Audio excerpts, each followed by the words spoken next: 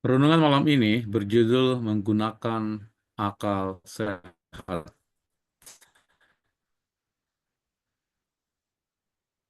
Akal adalah daya pikir yang dimiliki manusia untuk berpikir, menganalisis,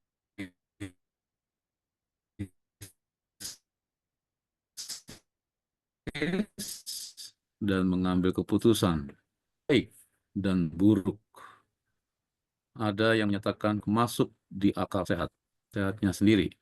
Akal supan sehat dan olahan sehat agar selalu menjadi akal sehat. Akal sehat seharusnya bertumbuh sejalan dengan waktu. Semakin lama semakin matang, namun tidak pernah jadi busuk. Dia sejalan dengan alam, tapi tumbuh melawan takdir alami. Ada masa akal sehat harus disimpan agar pikiran dapat bertumbuh sehat. Mana akal sehatmu? Aku tunjukkan akal sehatku. Ternyata setiap makhluk memiliki akal sehat menurut kesehatannya masing-masing. Berpikir dengan akal sehat dalam Alkitab berarti memiliki pola pikir yang benar dan berkenan di hadapan Tuhan. Hal ini dapat dicapai melalui pembaharuan budi dan pemahaman atas kehendak Allah seperti yang diungkapkan dalam Roma 12 ayat 2 sebagai berikut. Janganlah kamu serupa dengan dunia ini, tetapi berubahlah oleh pembaruan budimu, sehingga kamu dapat membedakan manakah kehendak Allah, apa yang baik dan yang berkenan kepada Allah, dan yang sempurna. Semoga kita selalu memiliki akal sehat yang benar-benar sehat, sejalan dengan kehendak Allah, dan untuk memuliakan Allah semata. Kiranya Allah Tuhan yang Esa memberkati kita semuanya. Amin. Baik, kita akan membuka doa. Kami mohon apakah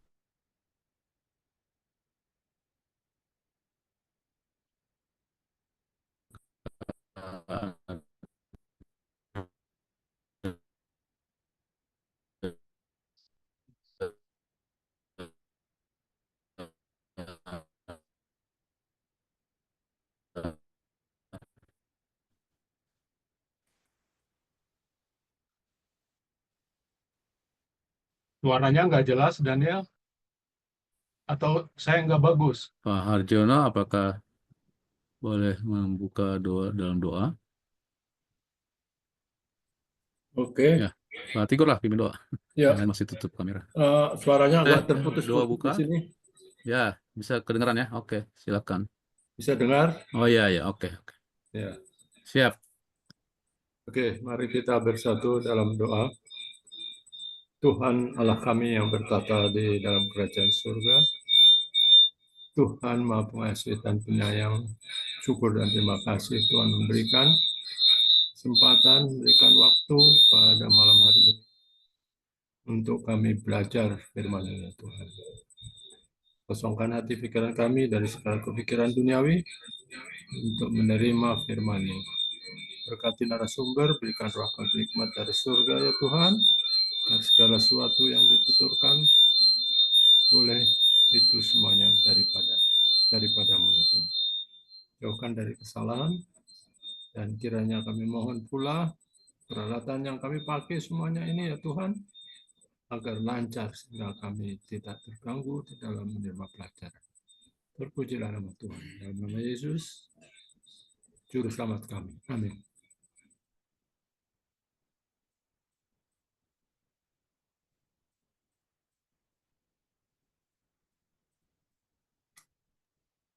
Amin.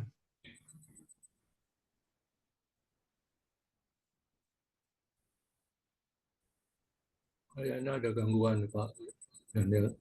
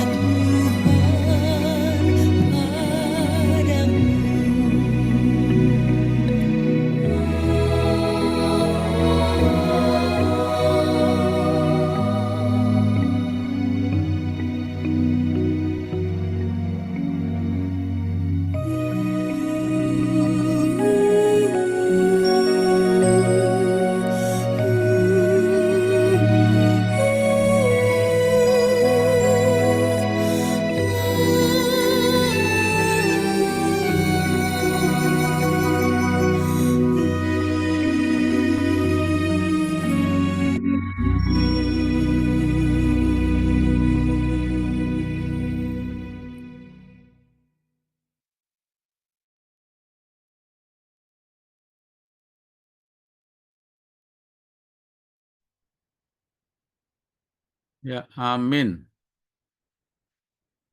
Baik, pengkajian firman dan Islamologi pada malam hari ini berjudul Kembali ke Islam, dari Sabat ke Jumat, sebuah uraian mengenai sejarah ajaran Islam tentang Ibrahim, Muhammad, kebenaran dan keselarasan Islam dengan Alkitab, beserta perubahan-perubahan yang telah terjadi.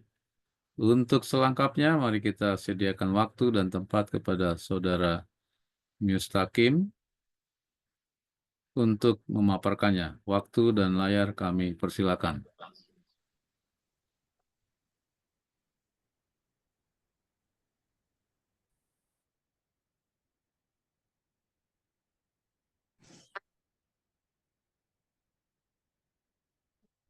Baik. Maaf sebentar ya. Ini suaranya feedback.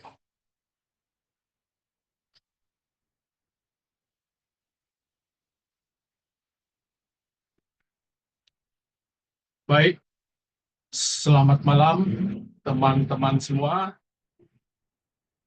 Puji Tuhan kita dapat berkumpul. Sayang jumlahnya hanya 21 orang ya. Dulu sangat semangat, 60. Saya pikir karena Mustaqim MTHP. Ternyata karena banyak mahasiswa yang hadir. Jadi walaupun sedikit, sebenarnya sayang sekali ya. Sebenarnya ilmu yang saya sampaikan ini sangat berguna untuk berdialog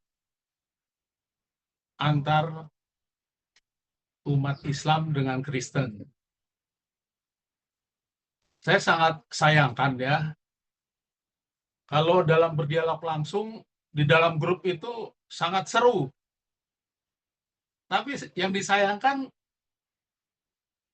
tukang dialog, tukang debat itu jarang hadir di dalam acara ini.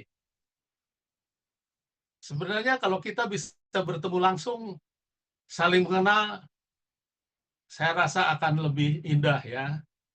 Dan kita bisa berbicara langsung, mengenal wajah kita, dan saling menyapa. Daripada hanya melalui WA Group yang kadang-kadang bahasanya suka salah dimengerti.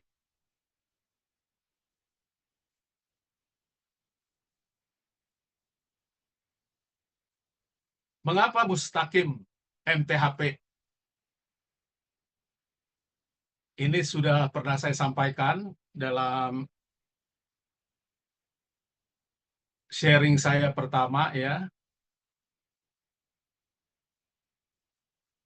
Jadi Mustaqim itu artinya lurus atau tigor dalam bahasa Batak. Dan MTHP itu adalah bukan master teologi dan filosofi, tetapi artinya martahan, tigor, hamonangan, panggabean. Jadi suatu kebanggaan bagi orang tua saya ketika melahirkan saya di tanggal 17 Agustus. Jadi dia berharap bayi yang lahir itu bisa martahan, yang artinya bertahan, tigor atau lurus, hamonangan, kemenangan. Jadi bertahan dalam kebenaran atau kelurusan, maka akan dimenangkan. Jadi suatu kebanggaan ya bagi orang tua untuk memiliki nama dan pengharapan bagi anaknya di kemudian hari. Sayangnya Tigor Mustaqim ini tidak sesuai yang diharapkan ya. Jadi saya ini sama Ucok sepupuan ya, Ustadz Ucok Panggabean. Jadi kalau Ustadz Ucok dari awal rajin ya berdakwah dalam pekerjaan, dalam segala kesempatan, sampai dia meninggalkan pekerjaannya ya, dan mendapatkan istri dari saudara sepupu. Sedangkan saya berbeda. Saya lebih banyak di pekerjaan dan lebih mencintai kegiatan alam. Baru di masa COVID, ketika saya melihat Ucok, ternyata ada figur orang tua saya di wajah atau apa yang disampaikan oleh Ucok Panggabean. Jadi dari situ saya mulai tertarik. Yang tadinya hanya menonton, kemudian membuka kamera, mengasih komentar, kemudian mulai ikut berbicara. Lama-lama kita membuat kelompok Zoom pelayanan ya. Jadi sampai saat ini kita sudah sampai 176 episode. Tadinya hanya kelompok kecil ya, seperti saat ini. Sekitar 20. Tapi berkembang, makin banyak sampai di luar batas, sampai kita mesti pinjam Zoom yang lebih dari 100 karena peminat sampai 200. Tapi setelah COVID hilang, teman-teman pun menghilang ya. Jadi sebenarnya dalam COVID ini banyak pelajaran yang sangat luar biasa ya, karena menelan jutaan manusia ya, termasuk saudara-saudara kita, tetangga kita, adik, kakak, dan saya sendiri mengalami abang saya, sepupu saya, dan dari bencana COVID itu Tuhan memberikan pelajaran bagi saya bahwa saya harus berubah. Harus bisa seperti orang tua saya. Harus bisa seperti Ucok ya. Jadi Ucok ini memberi inspirasi. Di mana orang tua saya menjadi inspirasinya Ucok ya. Jadi luar biasa jalan Tuhan. Dan saya sangat bangga memiliki nama Mustaqin ya. Ini nama saya di dunia media sosial. Jadi saya pakai nama Tiger Mustaqin. Dan teman-teman sering menyangka kalau saya ini sudah menjadi mualaf. Tapi kalau saya ditanya apa agamanya sekarang, saya agamanya Islam. Beneran? Iya. Karena agama yang pertama atau perintah, sebenarnya pada pertama nggak pernah ada agama ya, tapi ada perintah, yaitu turut perintah Allah dan berserah kepada Allah. Itulah artinya Islam. Makanya saya selalu memakai judul utama adalah kembali ke Islam. Jadi saya Islam sebagai umat yang berserah kepada Allah. Tapi kebanyakan orang Kristen itu sangat fanatik dengan kekristenannya. Sehingga kalau dibilang Adam itu Islam, Ibrahim Islam, Yesus Islam, pikirannya langsung emosi. Padahal sebenarnya memang demikian. Tapi berbeda dengan Islam yang berkembang setelah Nabi Muhammad ya. Karena Islam yang diajarkan Muhammad pun sebenarnya sama dengan Islam terdahulu. Karena sesuai dengan Al-Quran, Muhammad tidak membawa ajaran yang baru. Jadi itu yang perlu kita ketahui dan kita pelajari. Oleh sebab itu, kita perlu memahami apa itu ajaran Kristen, ajaran Islam. Jadi sama seperti Kristen, demikian juga Islam. Bahwa Islam dan Kristen juga mengalami perubahan dari ajaran mula-mula. Jadi untuk itu, mari kita belajar bersama-sama dalam kesempatan ini ya. Mohon maaf kalau saya agak grogi, karena memang saya bukan pembicara yang ulung ya. Saya akan coba share.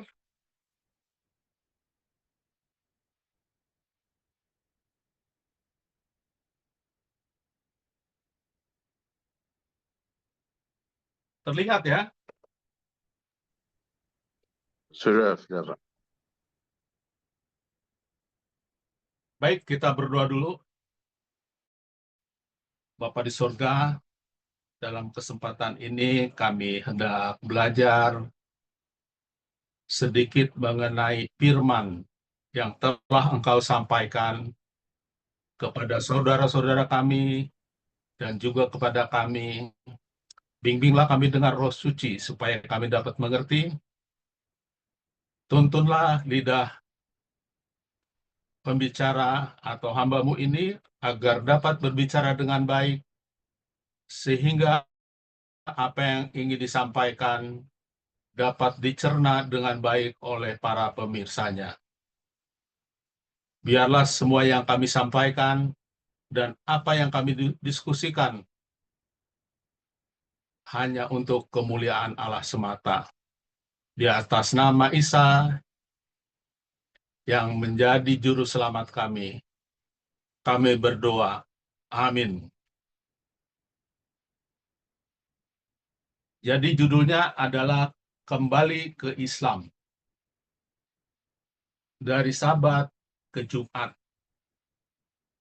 Jadi saya sesuai dengan surat undangan, ada beberapa poin yang akan saya sampaikan dalam pembahasan. Disebut masa kegelapan, Islam meluruskan akidah, dari Ibrahim ke Muhammad, Arab mustaribah, agama Ibrahim, Quran membenarkan Alkitab, perseteruan Islam dan Yahudi, dan seterusnya. Nanti kita akan ulas satu persatu ya.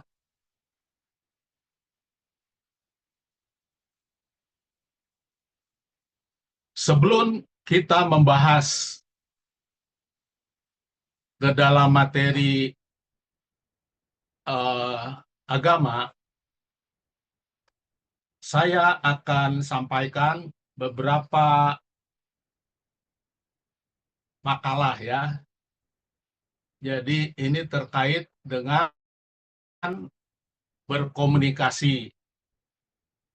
Karena banyak kita berkomunikasi atau gagal berkomunikasi ya.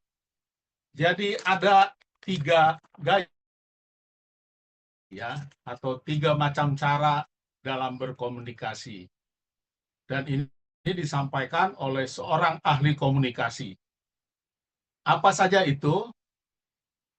Nomor 1 adalah komunikasi yang agresif. Komunikasi ini ngegas. Apa yang dipikirkan langsung diucapkan tanpa menghiraukan perasaan orang. Tanpa menyadari bisa bikin sakit hati. Tidak peka. Blak-blakan. Berbicara dengan nada tinggi dan kurang santun ya. Ini biasanya kalau kita melihat suku yang berbicara dengan agresif biasanya orang di luar Pulau Jawa ya. Biasanya orang Batak, Ambon, dan mereka berbicaranya agresif. Jadi ada baik dan ada buruknya juga ya.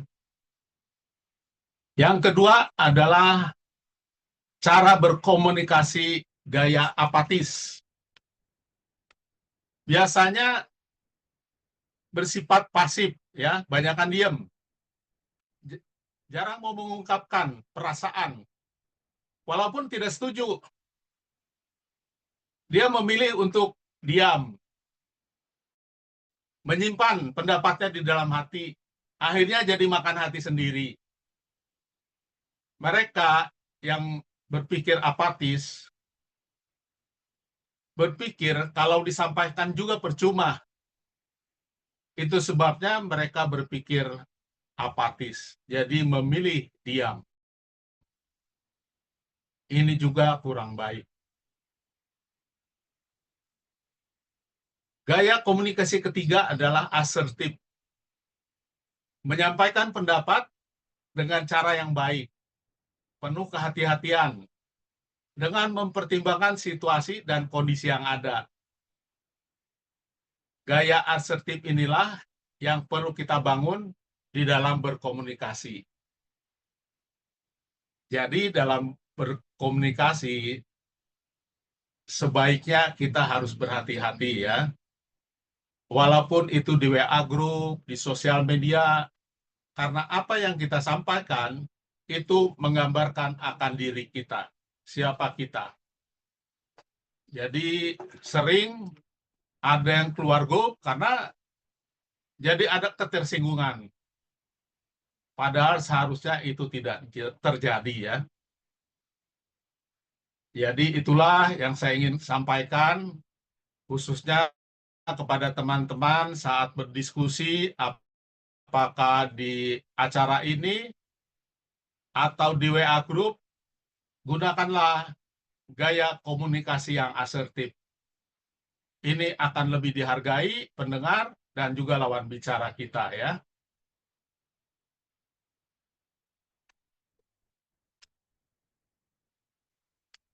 Sebelum kita membahas Islam dan materi lainnya, saya akan menyampaikan kondisi sebelum datangnya Islam di wilayah Arab dan dunia pada saat itu.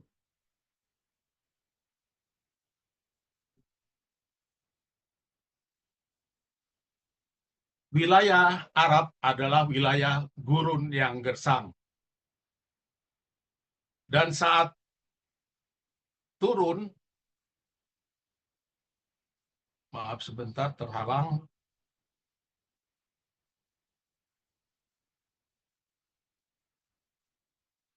Dan saat Quran diturunkan, masa itu disebut sebagai masa jahiliyah, di mana setiap suku memiliki kekuasaan, peraturan sendiri, budaya perang, bayi wanita dianggap suatu kesialan, dan banyak hal negatif lainnya yang buruk, makanya disebut masa kejahiliahan atau masa kebodohan.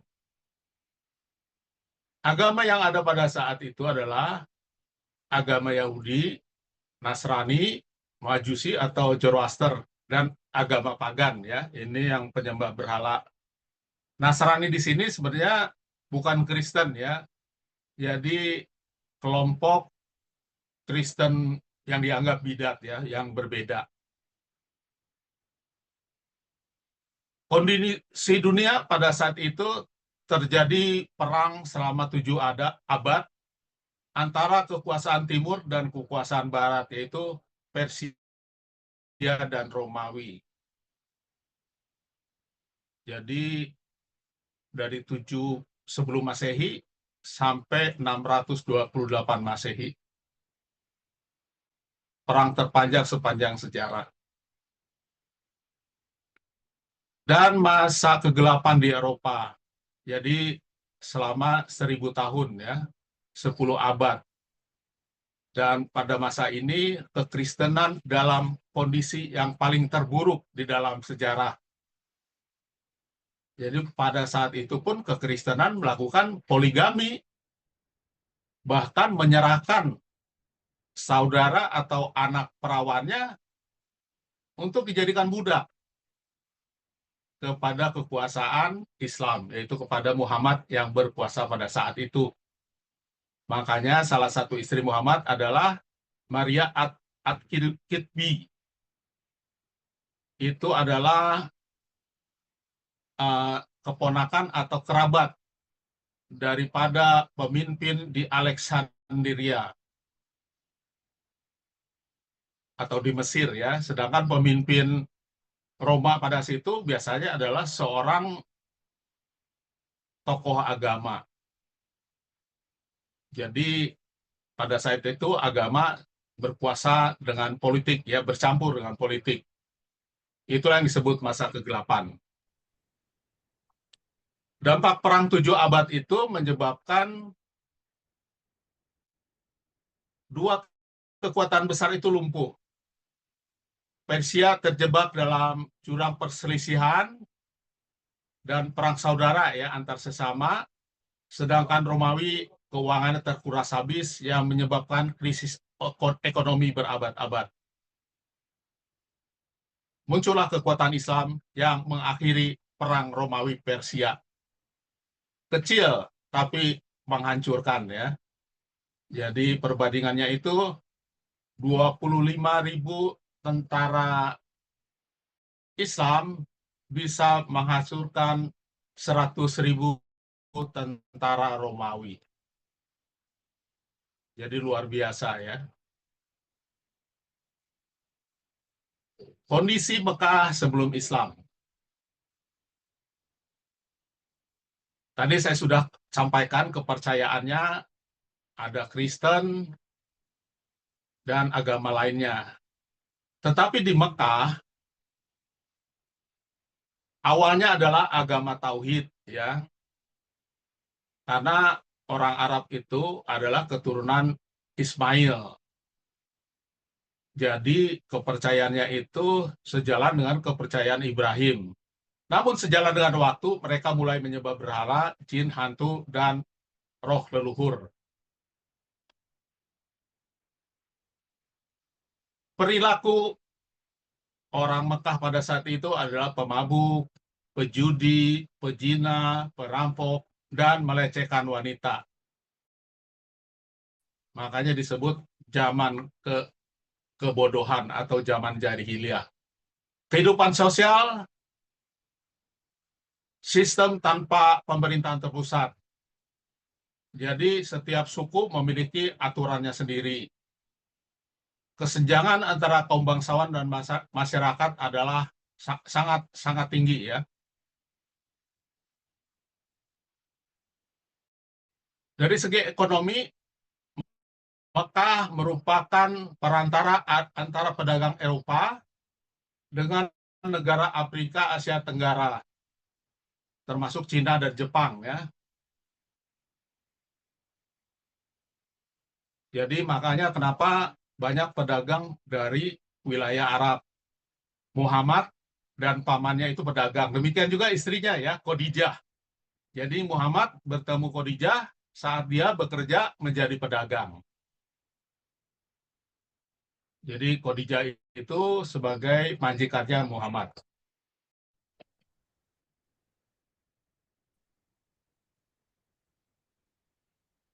Singgahan para pedagang. Jadi sangat penting juga ya.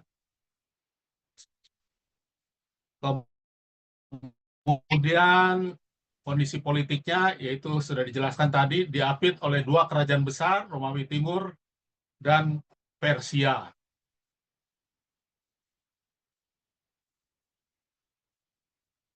Nah,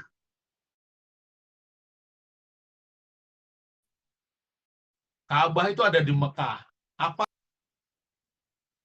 Ka'bah merupakan tempat pemujaan kaum pagan atau penyembahan berhala. Ka'bah merupakan bangunan yang suci, dikelilingi oleh 360 berhala ya. Yang paling hebat bernama Hubal.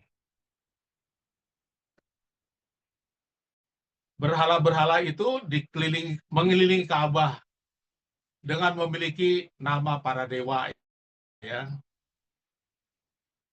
Di dalam juga ada berhala Dan salah satunya adalah gambar Yesus ya. Jadi gambar Yesus Bunda Maria juga ada dipajang di dalam Ka'bah ya.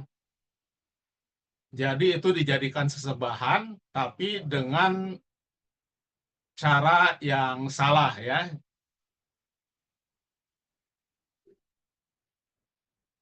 Mekah juga menjadi pusat peribadatan bagi berbagai suku di Jazirah Arab ya karena Ka'bah tersebut. Ka'bah merupakan rumah ibadah agama monoteisme atau agama Ibrahim ya awalnya, kemudian menjadi tempat pemujaan berhala setelah pengikut Ismail mulai meninggalkan kepercayaan lama. Mekah menjadi pusat keagamaan Arab karena adanya Ka'bah. Jadi itu Ka'bah itu menjadi kunci ya. Kemudian kegiatan apa aja yang dilakukan di Ka'bah sebelum Islam hadir. Ka'bah dihormati sebagai tempat yang suci dan dipelihara dan dijaga oleh penduduk Mekah ya. Dan itu merupakan pemasukan utama dari penduduk Mekah. Banyak peziarah datang dari dalam dan luar negeri selama musim ziarah tahunan. Tawaf atau berkeliling Ka'bah pada malam hari dalam keadaan telanjang, bertepuk dan bersiul-siul. Jadi itu ibadah yang dilakukan pada masa sebelum Islam hadir. Jadi berbeda dengan tawaf yang dilakukan oleh Muhammad. Jadi kalau dulu pada telanjang ya. Jadi ini kayak ritual di satu daerah di daerah Jawa Timur ya, perbatasan dengan Jawa Tengah. Jadi pria wanita itu mandi telanjang sama-sama. Beberapa Arapagan memperkenalkan ritual suci saat ziarah. Jadi biasanya saat ziarah itu ada saja yang disampaikan ya. Nanti akan kita ulas, yaitu pada hari Jumat atau hari Arubah, di mana ritual-ritual baru diperkenalkan ya.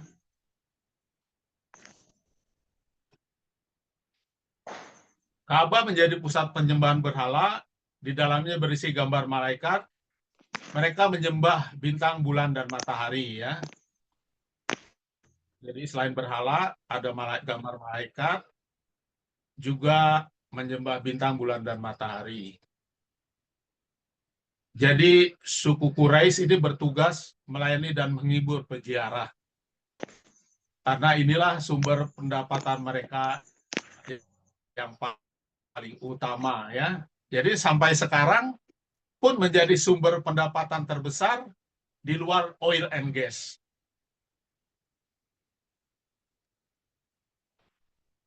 Apa yang Muhammad lakukan? Apa yang Islam rubah?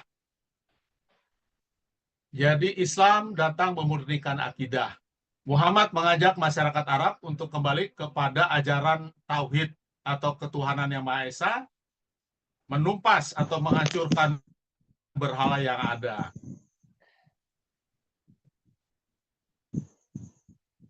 Muhammad atau Islam memuliakan akhlak. Jadi memperbaiki akhlak masyarakat Arab yang saat itu, yang tadinya peminum, pejudi, sama apa tadi, tidak menghargai wanita, itu dihilangkan. Islam membebaskan kaum tertindas ya.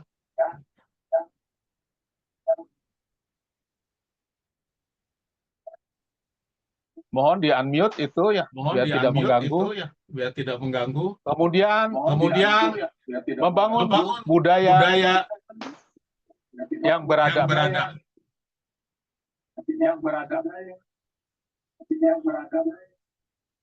Dilandasi dengan nilai-nilai keislaman. Jadi itu ya yang disampaikan oleh Muhammad.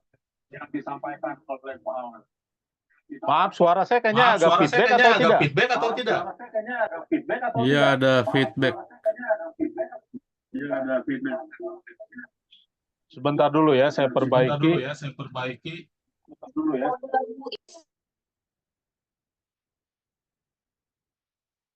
Halo, Ya, udah apa sudah bagus. baik?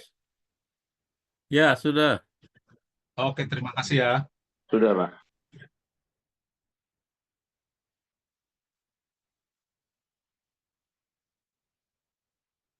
Jadi Islam hadir membangun budaya yang beradab, ya. Jadi kekristenan pada masa itu dalam kondisi terpuruk, peradaban pada saat itu memang orang-orang yang mencintai perang atau hukum rimba. Islam hadir untuk merubah kondisi pada saat itu. Dikatakan Islam bukan ajaran baru. Ini sesuai dengan surat Al-Ahqaf ayat 9 ya. Jadi bunyinya demikian, aku bukan rasul yang pertama di antara rasul-rasul dan aku tidak mengetahui apa yang akan diperbuat terhadapku dan juga tidak terhadapmu. Aku tidak lain hanyalah pengikut apa yang diwahyukan kepadaku dan aku tidak lain hanyalah seorang pemberi peringatan yang menjelaskan. Nah, dalam terjemahan lain ditafsirkan sebagai demikian. Aku bukan orang yang menganut paham baru di antara para rasul. Dan aku tidak tahu apa yang menimpaku dan kamu. Dan aku hanya mengikuti apa yang diwahyukan kepadaku. Dan aku hanya memberi peringatan. Jadi kehadiran Islam atau Muhammad pada saat itu merubah akhlak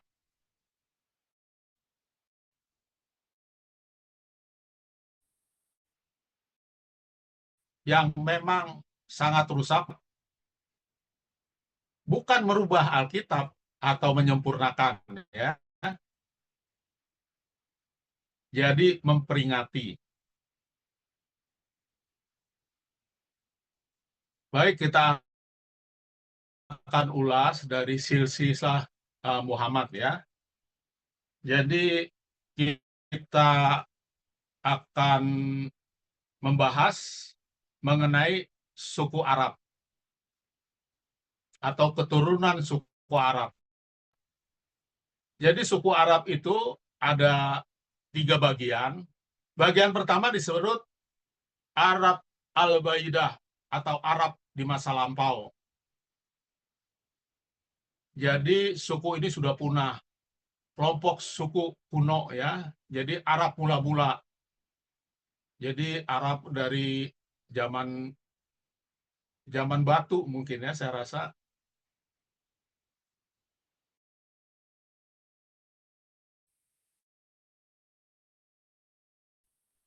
Jadi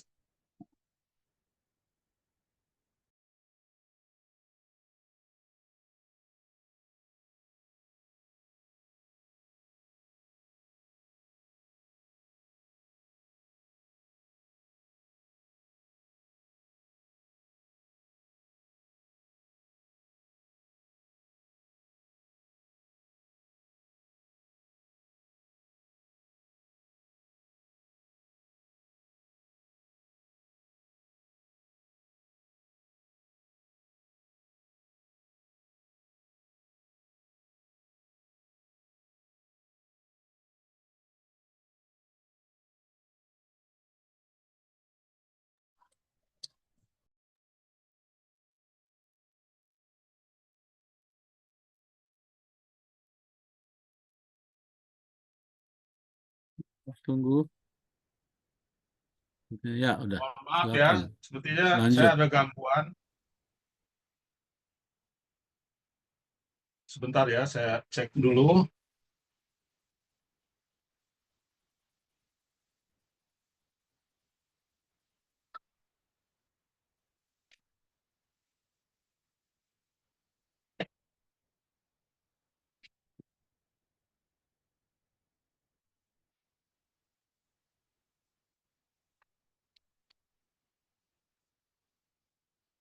Mohon maaf ya, sebentar dulu ya.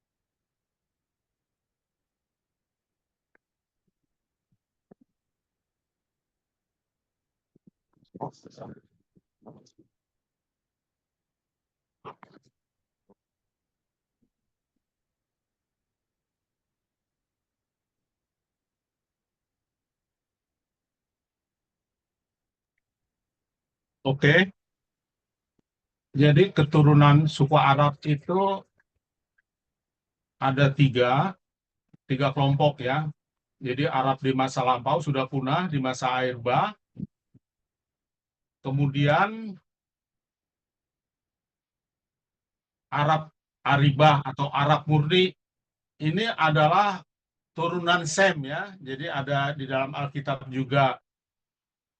Jadi kelompok suku Arab yang dianggap keturunan Yarub bin Syahub bin Katam. Ini kita nggak dapat hubungan dengan Alkitab ya. Tapi mereka diduga berasal dari keturunan Nabi Nuh. Nabi Hud. Nabi Hud ini merupakan turunan anak Nuh. Nabi Hud juga nggak ada di dalam Alkitab. Yang ketiga adalah Arab Mustaribah atau Arab pendatang. Jadi ini kelompok suku yang berasal dari keluarga Ma'ad bin Adnan.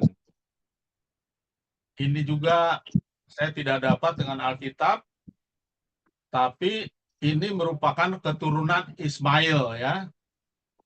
Jadi Adnan ini diduga terhubung hingga Ismail.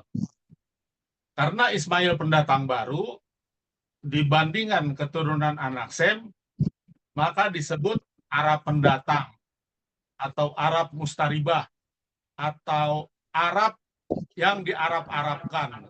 Jadi bukan asli Arab ya, tapi udah menjadi orang Arab.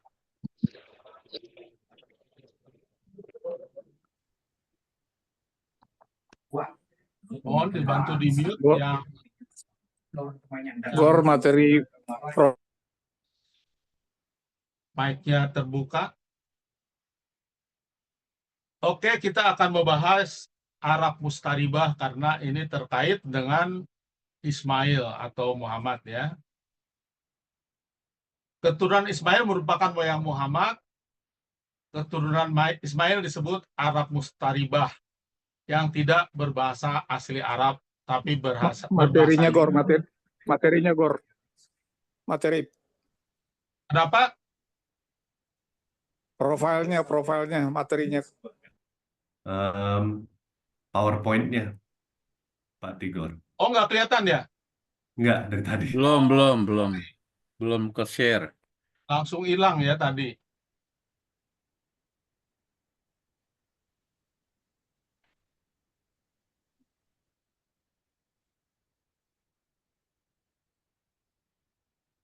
Oke. Jadi tadi ada 3 kelompok Arab ya. Arab Al-Baida ini Arab masa lampau sudah punah ya di masa air bah. Arab Aribah ini turunan Sem. Arab Mustaribah adalah turunan Ismail. Dan turunan Ismail itu diserup Arab Mustaribah atau Arab yang diarabkan atau Arab pendatang. Dan inilah nenek moyang dari Muhammad ya. Jadi dikatakan Ismail menikah dengan Bani Jurhum. Kalau di Alkitab adalah orang Mesir ya. Kalau di sini dibilang keturunan Sem. Jadi kita nggak usah bahas. Jadi secara etimologi bangsa Arab ini atau suku bangsa Arab ini berarti non-Arab yang mengarabkan diri, ya. Jadi Arab mustaribah. Jalur Arab ini dari Adnan atau Bani Adnan yang melahirkan suku Quraisy atau Fir, ya, dikenal dengan nama Quraisy, leluhur dari Muhammad. Jadi suku Quraisy ini menjadi suku yang terkemuka di Mekah.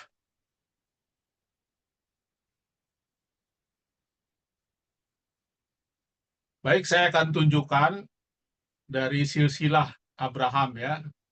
Kalau kita lihat Abraham ini memiliki 3 istri, Keturah, Hagar, dan Sarah. Jadi kalau kita ambil dari Hagar ini Ismail, ya. Jadi ada 12 anak. Kalau dari Alkitab, turunan Ismail di Arab itu diperkirakan adalah Kedar dan Nebayot. Dari sini kita putus, ya. Jadi kita coba lihat silsilahnya dari sisi Islam, ya. Kita coba lihat. Jadi dari Nabi Ibrahim turun kepada Ismail, jadi Adnan ini terus turunlah kepada kakek Muhammad, ya, Abdul Muthalib. Nah, Muhammad sendiri ayahnya bernama Abdullah atau dikenal hamba Allah. Dia masih di bawah, ya, terputus, ya. Nah, ada nama yang perlu kita perhatikan di sini, nanti akan kita bahas nanti. Namanya adalah Ka'ab bin Lu'ay. Itu adalah kakek Muhammad. Nah, ini ada di sini. Bisa terlihat? Saya kasih arrow di situ. Jadi ada di sebelah kanan, di tengah. Jadi namanya Ka'ab. Jadi dia inilah yang mengenalkan hari Jumat atau hari berkumpul. Jadi Ibrahim ini kan pemelihara hari Sabat menurut jalur Kristen, ya. Jadi Ka'ab bin Lu'ay ini atau Ka'ab bin Murrah, dia memelihara hari Sabat dan hari Jumat itu menjadi hari persiapan menyongsong Sabat. Jadi mereka belajar firman Allah pada hari Jumat. Baik, kita lanjut untuk silsilahnya.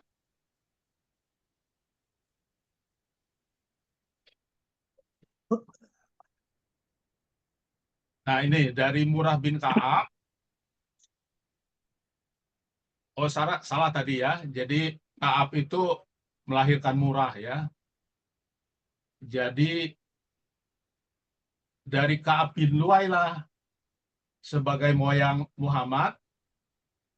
Jadi di sini terlihat jalurnya, ya. Abdul Muthalib kakeknya, Abdullah sebagai ayahnya, ya. Jadi mereka ada 8 orang, ya.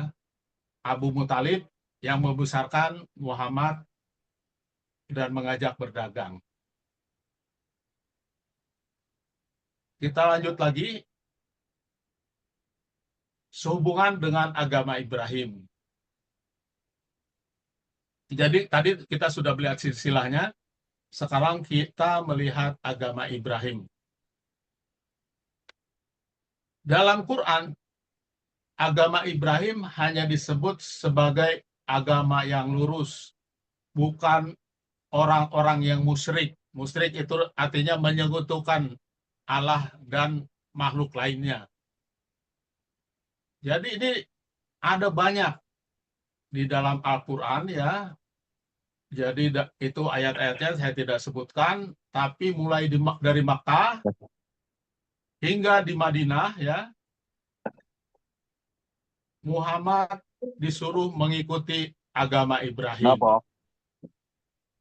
Mohon tolong di mute, maaf. Jadi kalau kita lihat Quran surat Al-An'am ini turun di Mekah urutan ke-55. Demikian An'am urutan ke-70 itu di Mekah.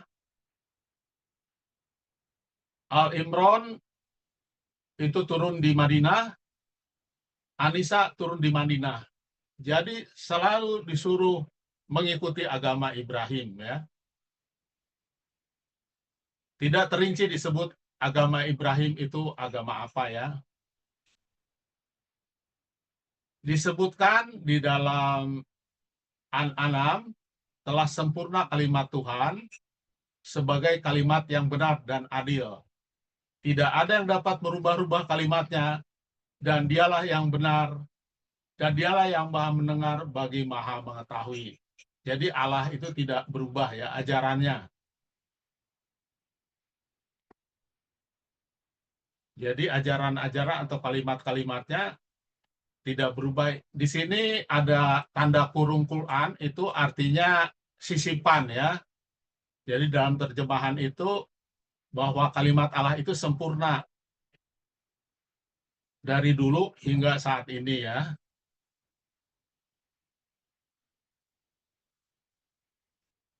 Dikatakan di Madinah ya dalam surat Al-Baqarah, kami beriman kepada Allah dan apa yang diturunkan kepada kami dan apa yang diturunkan kepada Ibrahim, Ismail, Ishak, Yakub, dan anak cucunya. Jadi sama sampai ke Israel ya. Dan apa yang diberikan kepada Musa dan Isa serta apa yang diberikan kepada nabi-nabi dari Tuhannya, kami tidak membeda-bedakan seorang pun di antara mereka dan kami hanya tunduk patuh kepadanya. Jadi ajaran Islam itu tidak berbeda. Makanya Adam itu Islam, Ibrahim itu Islam, Ismail itu Islam, Yesus itu Islam. Jadi ajarannya sama ya. Turut perintah Allah dan berserah kepada Allah. Bahkan di surga pun Islam itu sudah diperintahkan ya. Selalu patuh kepada Allah. Agama Ibrahim di dalam Alkitab tidak dirinci juga. Di dalam Quran juga tidak disinggung banyak, tapi kita bisa menyelidiki melalui Alkitab ya, di mana Ibrahim, Musa, Yesus memuliakan atau memelihara hari Sabat. Jadi ini diambil dari Kejadian 2 ayat 3, saat menciptakan Allah memberkati hari ke-7 dan menguduskannya ya. Jadi kita sudah tahu ya. Jadi disebut hari Sabat ya. Kalau dalam bahasa Arab itu hari beristirahat. Bukannya artinya beristirahat untuk rileks-rileks, tapi untuk menguduskan Allah. Dan bukan juga artinya Allah beristirahat. Kemudian 6 hari lamanya engkau harus mengumpulkan makanan, tetapi hari ke-7 adalah hari istirahat dan tak ada makanan yang turun pada hari itu.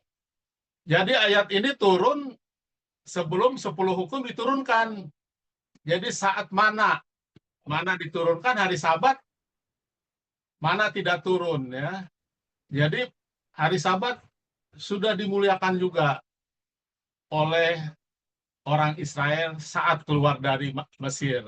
Jadi dapat disimpulkan bahwa nenek moyang mereka pun memelihara hari Sabat ya. Jadi Yakub, Ishak, Ismail, Ibrahim memelihara hari Sabat. Kemudian dalam Lukas dikatakan Yesus pergi ke Kapernaum, sebuah kota di Galilea, lalu dia mengajar pada hari Sabat. Jadi Yesus pun melakukan kegiatan rohani di hari Sabat. Jadi lebih spesifik ya. Dikatakan pula ia datang ke Nazaret, tempat ia dibesarkan, dan menurut kebiasaannya hari Sabat ia masuk ke rumah ibadat, lalu berdiri hendak membaca Alkitab. Jadi Yesus juga memelihara hari Sabat. Jadi dikatakan dalam Alkitab bagaimana hari Sabat itu dimuliakan. Saya tidak ulas karena teman-teman sudah tahu ya. Jadi dalam perjanjian baru pun masih dimuliakan ya.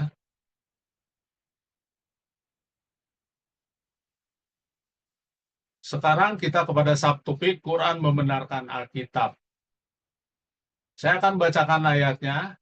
Tidak mungkin Al-Quran ini dibuat selain Allah. Tetapi Al-Quran itu membenarkan kitab-kitab sebelumnya dan menjelaskan hukum-hukum yang telah ditetapkan. Tidak ada keraguan di dalamnya. Dari Tuhan semesta alam. Jadi diturunkan dari Tuhan semesta alam. Jadi kalau kita hubungkan dengan ayat yang tadi, Allah kita tidak berubah. Jadi makanya ada lagunya ya. Allah tidak berubah. Lupa saya. Dan itu disukai sama umat muslim ya. Dan ini didukung oleh banyak ayat-ayat ya. Jadi membenarkan kitab-kitab yang sebelumnya, memberi peringatan, membenarkan kitab-kitab sebelumnya. Itu yang saya beli warna ya. Saya tidak akan bacakan. Jadi jelas Quran membenarkan Alkitab. Dan Quran juga dikatakan sebagai kabar gembira ya, sebagai peringatan dan juga membawa kabar gembira. Karena membawa kebebasan, perbaikan akhlak kepada umat yang sedang dalam keterpurukan pada masa itu. Dan dikatakan juga bahwa agar orang Yahudi dan Kristen, dikatakan ahli Alkitab, agar beriman kepada Quran. Karena Al-Quran itu membenarkan Alkitab yang ada pada mereka. Tapi orang Yahudi tidak mau menerima ya, karena mereka menganggap Muhammad atau umat Islam mengikuti tata cara ibadah orang Yahudi ya. Nanti akan kita bahas di dalam perubahan kiblat. Sabat di dalam Quran.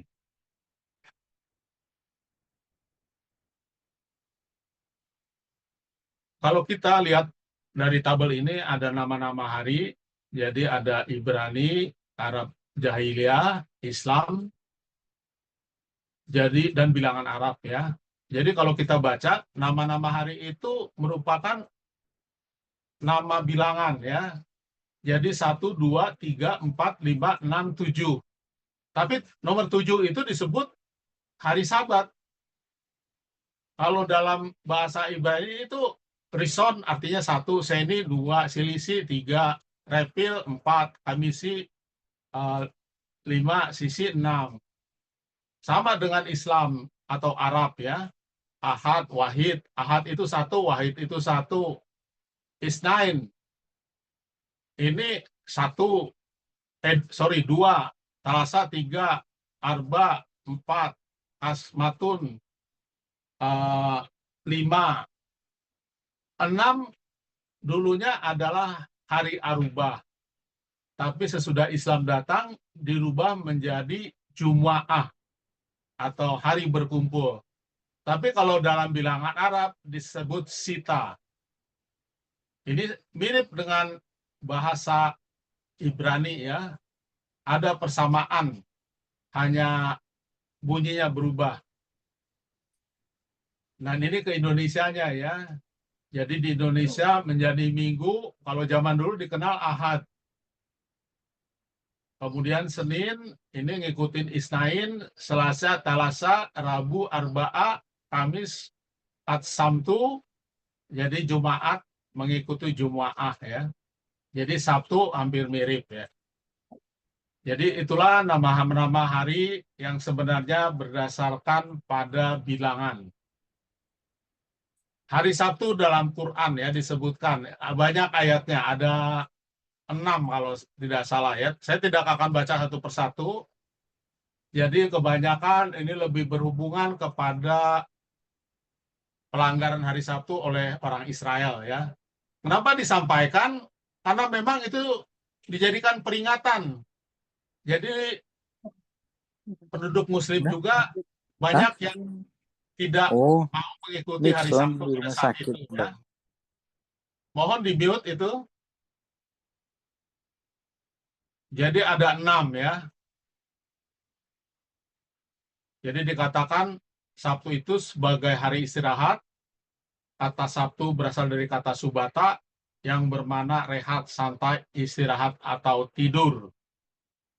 Jadi kata ini ada dalam Anaba 9. Jadi dikatakan ketika sedang tidur, tidurlah. Itulah suasana subata. Jadi itu yang ada di dalam Quran, ada 6 ayat mengenai Sabat ya. Hari Jumat sendiri atau hari ke-6 nggak ada ya di dalam Al-Quran. Hari Jumat itu artinya hari berkumpul, bukan merifer kepada hari ke-6. Bagaimana hubungan Muhammad dengan hari Sabat?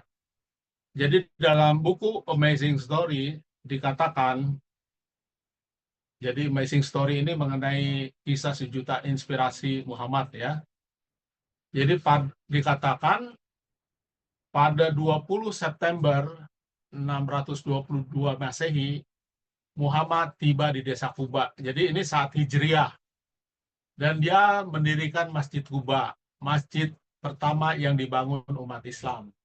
Di sini pertama kali dilakukan sholat berjamaah, mengimani sholat selama 2 hari, dan selalu datang ke Masjid Kuba tiap hari Sabtu, Senin, dan Kamis. Jadi ini disampaikan dalam kisah Amazing Story ya. Jadi hari Sabtu dia datang ke Masjid Kuba. Dan itu juga dikatakan dalam hadis sahih,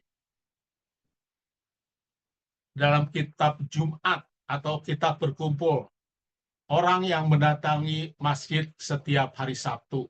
Jadi dikatakan telah menceritakan kepada kami Musa bin Ismail. Dan ini diceritakan lagi kepada turunannya ya. Rasulullah pernah mengunjungi Masjid Kuba pada setiap hari Sabtu, baik dengan berkendaraan maupun berjalan kaki. Dan Ibnu Umar juga melakukan seperti itu. Jadi diikuti oleh sahabatnya ya. Jadi kalau kita lihat, jadi ada hubungan antara hari Sabtu dan ibadah awal Muhammad. Dan ini pendapat dari seorang Dr. Walian, cukup dikenal. Beliau sudah meninggal. Dia menyampaikan mengenai Islam Hanif ya.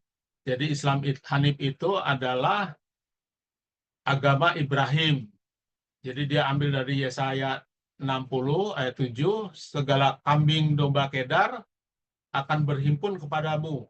Domba-domba jantan nebayot tersedia untuk ibadahmu sebagai korban yang berkenan kepadaku, dan aku menyemarakan rumah keagunganmu.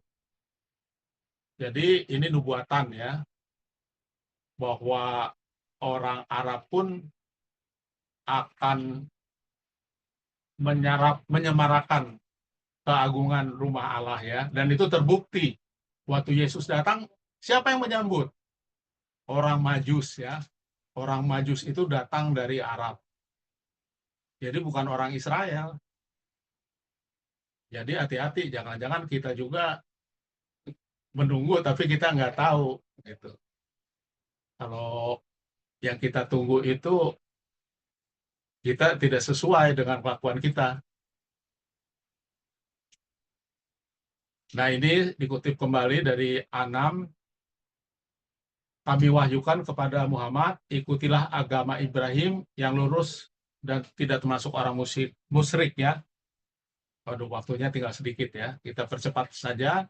Jadi Dr. Walian ini mengakui kenabian Muhammad, namun beliau mengatakan bahwa Muhammad itu memuliakan hari Sabat, bukan hari Jumat. Jadi dari sinilah dikenal Islam Hanif, yang artinya Islam yang lurus. Nah, kita akan singgung mengenai hari Jumat. Saya akan cepat ngebahasnya. Jadi surat Al-Jumu'ah itu ada surat ke-62 ya. Dinamakan Al-Jumu'ah bukan berarti hari Jumat.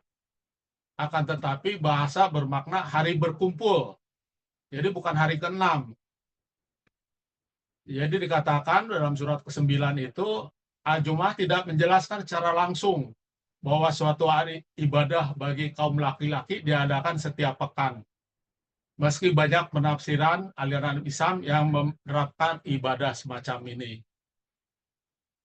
Jadi tafsirnya berbeda-beda ya.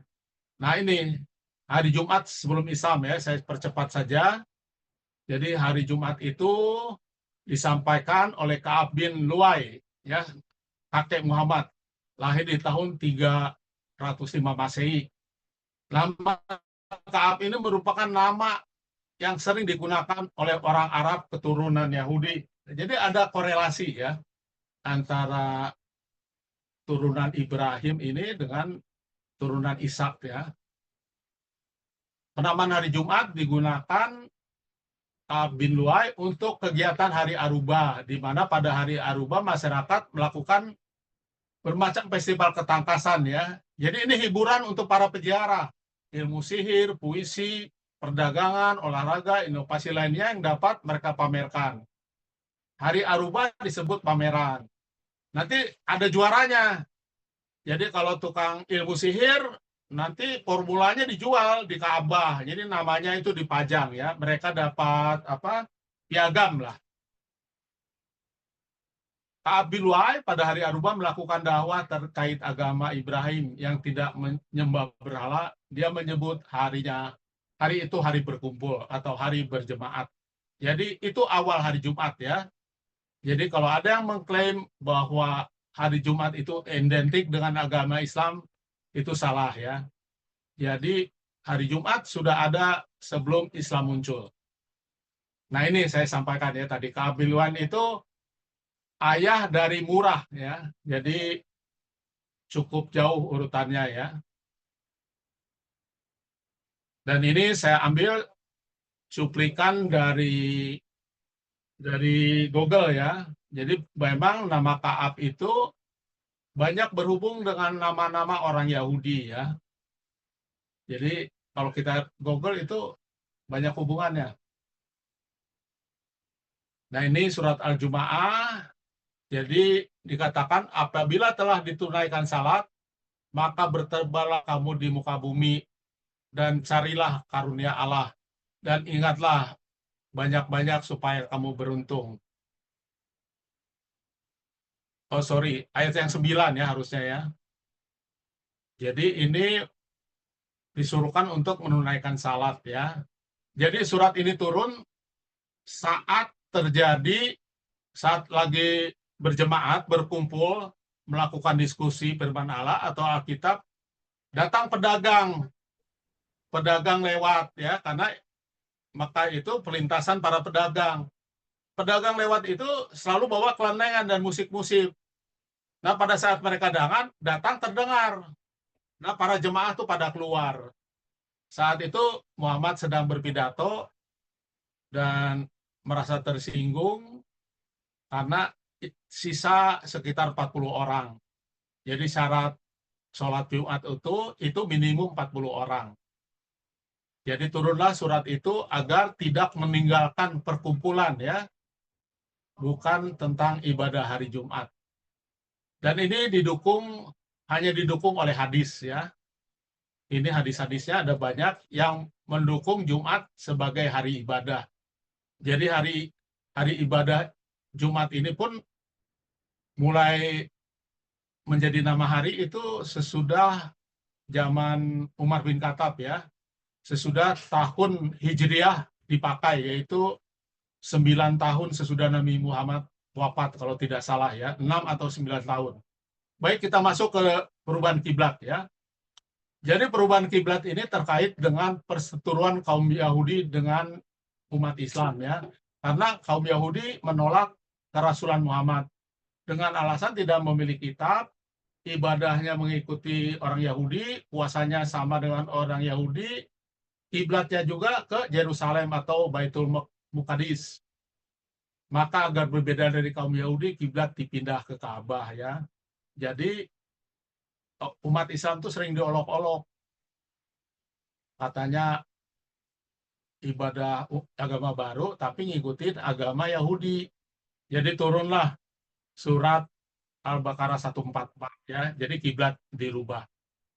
Jadi selain kiblat dirubah, di kemudian hari nanti yang lain-lainnya juga ikut berubah dari Sabat ke Jumat. Jadi itu merupakan kelanjutan dari perseteruan agar umat Islam tidak sama dengan umat Yahudi.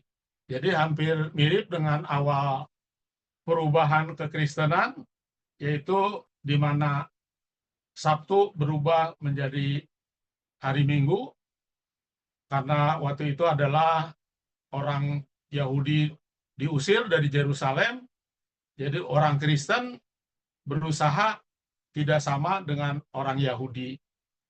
Jadi demikian apa yang saya sampaikan, semoga ini bisa menambah pengetahuan teman-teman dan menambah wawasan dari kita semua.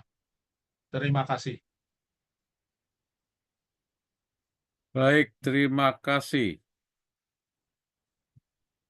Setelah ini kita akan ada tanya jawab bagi Bapak Ibu atau saudara-saudara yang sudah menyiapkan pertanyaannya.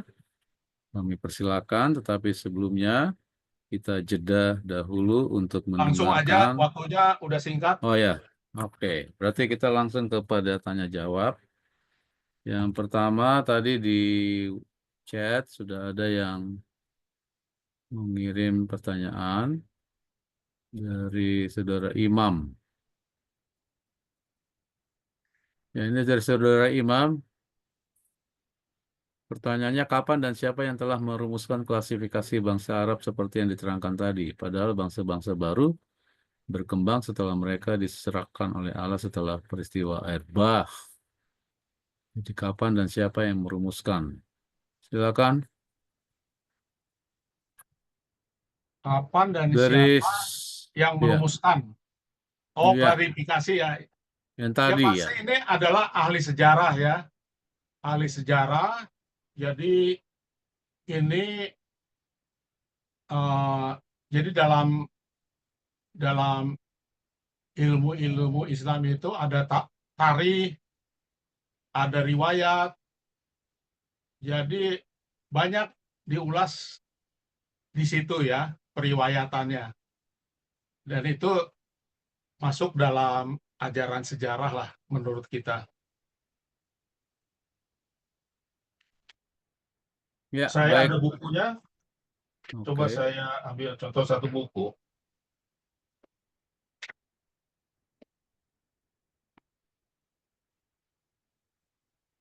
Oh sorry, enggak, bukan di sini. Lanjut aja. Ya, Oh yang sirah, tanya yang misalkan kayak sirah Nabawiyah itu sejarah riwayat Nabi, ada juga tarikh. Jadi di Islam pun selain Al-Quran banyak kitab-kitab lainnya ya. Jadi ilmunya itu sangat banyak. Jadi baik. kalau saya simpulkan sih itu ahli Ya, sejarah.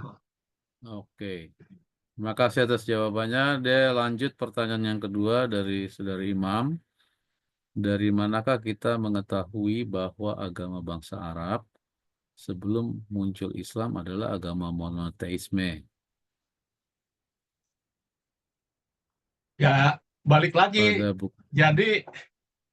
Jadi kalau kita lihat ya, jadi kalau tarikh itu sumbernya Islam ya. Misalkan Ibnu Tatsir juga itu sumbernya dari buku-buku sejarah Islam, walaupun dia memakai Alkitab juga. Tapi dari pihak luar bisa saja berpendapat berbeda. Misalkan mengenai Ka'bah ya.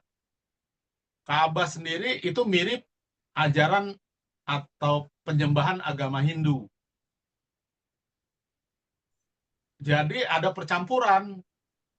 Dan di situ dimasukkan sebagai agama pagan ya. Jadi Ka'bah sendiri hampir sama dengan nama agama Hindu Ka'ab. sebutannya. Jadi memang tergantung dari versi mana kita mendapatkan sumber informasinya ya. Tapi karena kita mendapatkan sumber informasi dari Islam dan juga Alkitab, jadi kita menganggap bahwa sumber awalnya itu adalah agama monotheism.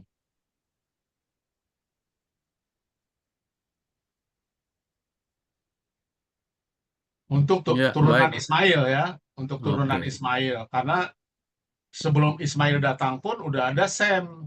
Sem sendiri turunannya kan bercampur lagi dengan bangsa-bangsa lain.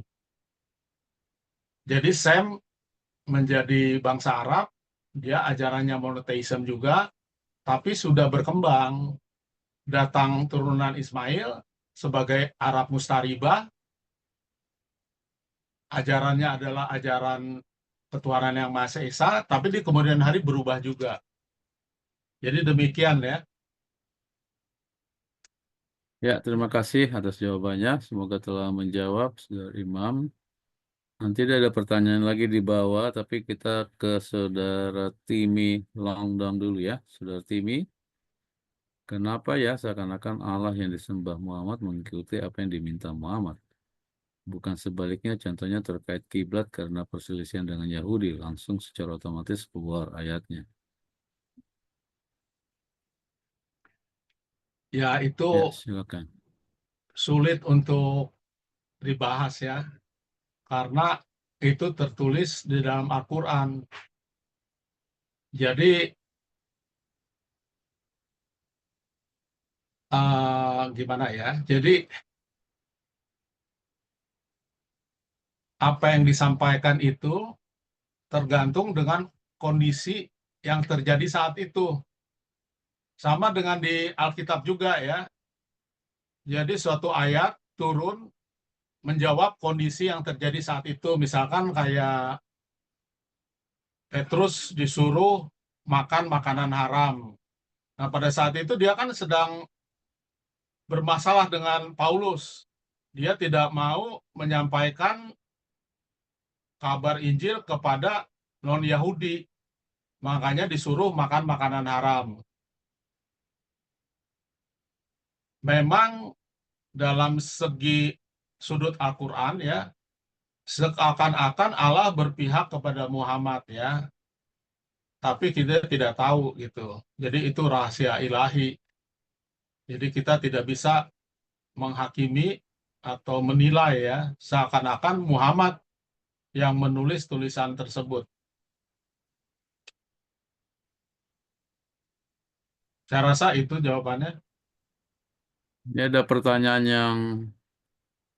yang berkaitan dengan hal itu dari Saudara Imam. Kenapa Allah menyetujui kiblat ke Ka'bah padahal Ka'bah masih penuh berhala? Kenapa Allah menyetujui kiblat ke Ka'bah padahal Ka'bah masih penuh berhala? Jadi jawabannya itu visionari ya. Jadi salah satu alasan adalah agar Ka'bah itu dirubah menjadi tempat suci. Jadi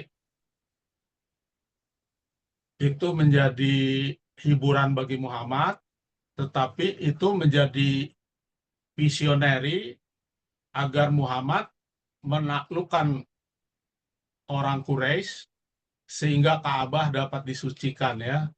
Jadi itu pendapat dari umat Islam dan itu saya rasa sah-sah aja ya. Jadi kayak nubuat gitu.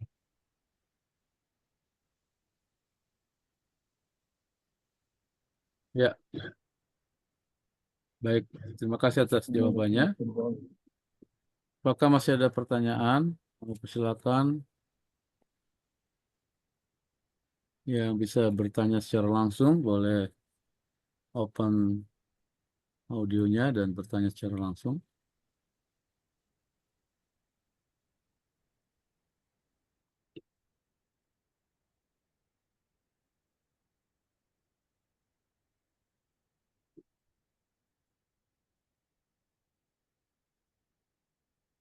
Ya, Saudara Timi bertanya kembali, perbedaan antara ayat dalam Quran dan Alkitab, apa yang disampaikan Paulus kepada Petrus tidak bertentangan dengan apa yang disampaikan oleh Yesus. Dalam Matius 28 ayat 19-20, tetapi yang terjadi pada Quran itu berbeda karena tergantung mood. Nah, ini bagaimana pendapatnya, mood dari Baik, Ahmad? saya mengerti maksudnya. Jadi sering kelemahan kita ya sebagai orang Kristen, kita menilai Quran dengan menggunakan Alkitab. Jadi kalau untuk konsumsi pribadi itu tidak menjadi masalah. Tapi untuk konsumsi dialog lintas agama itu hanya menimbulkan perdebatan dan menimbulkan permusuhan atau ketidaksukaan. Jadi seakan-akan kita menghakimi bahwa Al-Quran itu bukan dari Allah. Tentu umat Islam tidak bisa menerima. Sama saja kalau umat Islam bertanya mengenai keilahian Yesus. Alkitab sendiri mengatakan utusan, walaupun kita memahami dia utusan yang khusus. Jadi kita nggak bisa menghakimi atau menilai Al-Quran berdasarkan Alkitab, demikian untuk konsumsi umum ya, tapi untuk konsumsi pribadi boleh. Demikian juga kita menilai Alkitab memakai Al-Quran, satu ayat Quran ya. Jadi kita harus bersifat universal ya, jangan melihat hanya satu-satu saja. Jadi kita harus dapat melihat secara keseluruhan. Jadi kita harus sadar bahwa Islam turun pada saat itu, kekristenan dalam kondisi terbejat. Jadi kita harus ingat ya. Jadi Islam hadir itu rencana dari Tuhan juga. Jadi kita harus bisa berkomunikasi dengan baik dengan umat Islam sehingga kita bisa satu frekuensi ya. Bukan artinya kompromi. Jadi kita saling memahami. Jadi kalau hanya paham sepihak percuma kita berdialog. Jadi masing-masing bersikukuh pada keimanannya masing-masing ya. Jadi itu pentingnya kita mempelajari Al-Quran secara lengkap, demikian juga mempelajari Alkitab secara lengkap.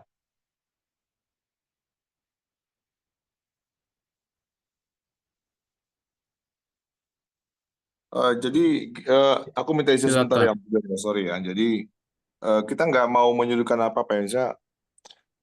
Islam punya punya materinya sendiri itu nggak ada masalah itu kan. Kita bukan mau untuk karena ini forumnya adalah forum kita, ini kan forum sebenarnya forum koreksi saya kalau salah ya. Ini forum ini kan adalah forum terbatas umat Kristen sebenarnya itu kan, yang membahas tentang Islamologi yang kita pernah bahas dari dulu ya. Cuma memang kita mengundang beberapa saudara kita yang kita rasa dan kita percaya seperti saudara Sahal itu kan, di mana mereka itu orang-orang yang bukan orang-orang yang seperti muncul di YouTube lah contohnya itu. Mereka orang-orang yang lebih baik lah dalam pengertian. Tapi intinya gini, kita boleh toleransi itu boleh itu.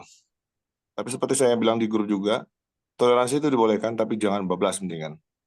Kalau kita memberikan kita melihat bahwa ketika kita menyampaikan ke universal, kita juga akan sampaikan seperti ini artinya kan. Pembahasan kita pun kita akan filter sebaik mungkin. Yang penting kita tidak mengubah akidah. Kalau bahasanya Islam kan mengubah akidah kita itu. Kita harus punya paham. Contoh kayak tadi, Yesus adalah utusan. Ya benar, Yesus adalah utusan. Tapi utusan apa dulu? Dia adalah representatif dari kealahan. Itu udah jelas. Makanya dia muncul ke dunia itu menjadi manusia itu sebagai representatif kealahan itu sendiri. Lalu yang berikutnya adalah kalau kita membuat filter itu menjadi banyak, itu akan membingungkan umat. Karena ketika kita mau membuat filter itu jadi lebih banyak, akhirnya membuat umat bilang yang mana yang benar ini jadinya, satu bertolak belakang dengan yang lainnya. Tapi kalau dia searah, contoh kita melihat tulisannya White dengan Alkitab, Alkitab adalah terang besar yang kita percaya ya sejarah Advent ya. Sedangkan Nyonya White penerusan adalah terang kecil yang menuntun kepada terang besar.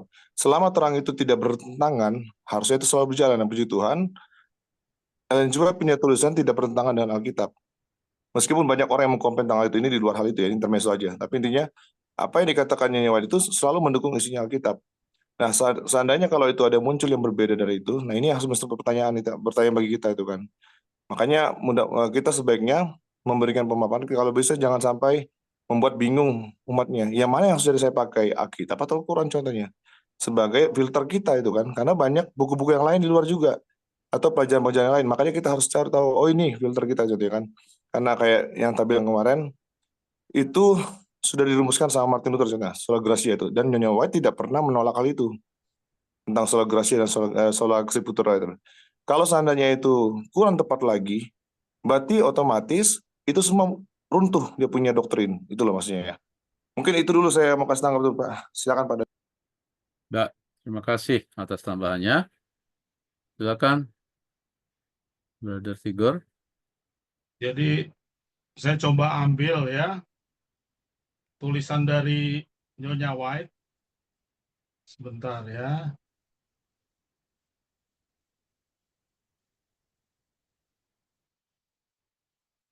Mengenai terang ya. Jadi dikatakan banyak orang yang belum memiliki kesempatan seperti yang kita punya akan masuk ke surga. Di hadapan mereka yang telah memiliki terang yang besar tetapi tidak berjalan di dalamnya. Banyak orang yang hidup sesuai dengan terang terbaik yang mereka punyai dan akan dihakimi menurut terang itu. Jadi ada beberapa kutipan dari J. White ya. Jadi masing-masing akan dihakimi menurut terang yang diterima ya. Jadi kalau pengetahuan mereka hanya tahunya segitu, ya mereka akan dihakimi berdasarkan terang yang mereka miliki pada saat itu. Jadi maksud saya gini, saat kita menilai Al-Quran, itulah terang yang mereka miliki. Kita memiliki terang Alkitab. Kita tidak bisa menggabungkan kedua-duanya. Tapi kita bisa menarik atau menggores ya relasi-relasi antara Alkitab dan Al-Quran. Misalkan contoh, Islam tidak mengajarkan poligami. Dan itu ada tulisan di dalam Quran. Nah, itu kita bisa sampaikan kepada mereka bahwa Islam tidak mengajarkan poligami. Dan masih banyak hal yang lain yang bisa kita sampaikan sehubungan dengan keterkaitan antara Alkitab dan Quran. Tapi kalau kita membahas keburukan Quran, itu akan membuat mereka sakit hati. Tapi kalau kita ingin menyampaikan, sebaiknya itu menyampaikan dengan baik-baik atau dalam komunikasi pribadi lah, jangan secara terbuka. Karena kalau secara terbuka lebih rame jadinya. Jadi menurut saya begitu ya. Jadi kita tidak bisa menghakimi atau menilai sebuah ajaran dengan standar ajaran yang kita miliki gitu. Kalau untuk pribadi nggak apa-apa, tapi kalau untuk diskusi lintas agama itu sesuatu hal yang nggak bisa digabungkan secara keseluruhan. Jadi satu-satu jadinya. Mana kita bisa hubungkan ya kita hubungkan, kalau enggak ya nggak usah dibenturkan. Dan kita juga perlu ketahui ya, Al-Quran itu penulisannya itu hanya kalau tidak salah 9 tahun ya, kanonisasinya. Kalau Alkitab itu kan kanonisasinya ribuan tahun. Jadi standarisasinya berbeda. Kalau Al-Quran, bukti-bukti tulisannya itu dimusnahkan. Alkitab, ada yang dimusnahkan, ada yang disimpan juga. Nah, ini kita dapat dicek kepada asal muasal, tetapi Quran tidak bisa dicek ke tulisan awal. Jadi ada sesuatu link yang terputus. Jadi ini bisa kita sampaikan kepada mereka bahwa Al-Quran itu kanonisasinya sangat singkat ya.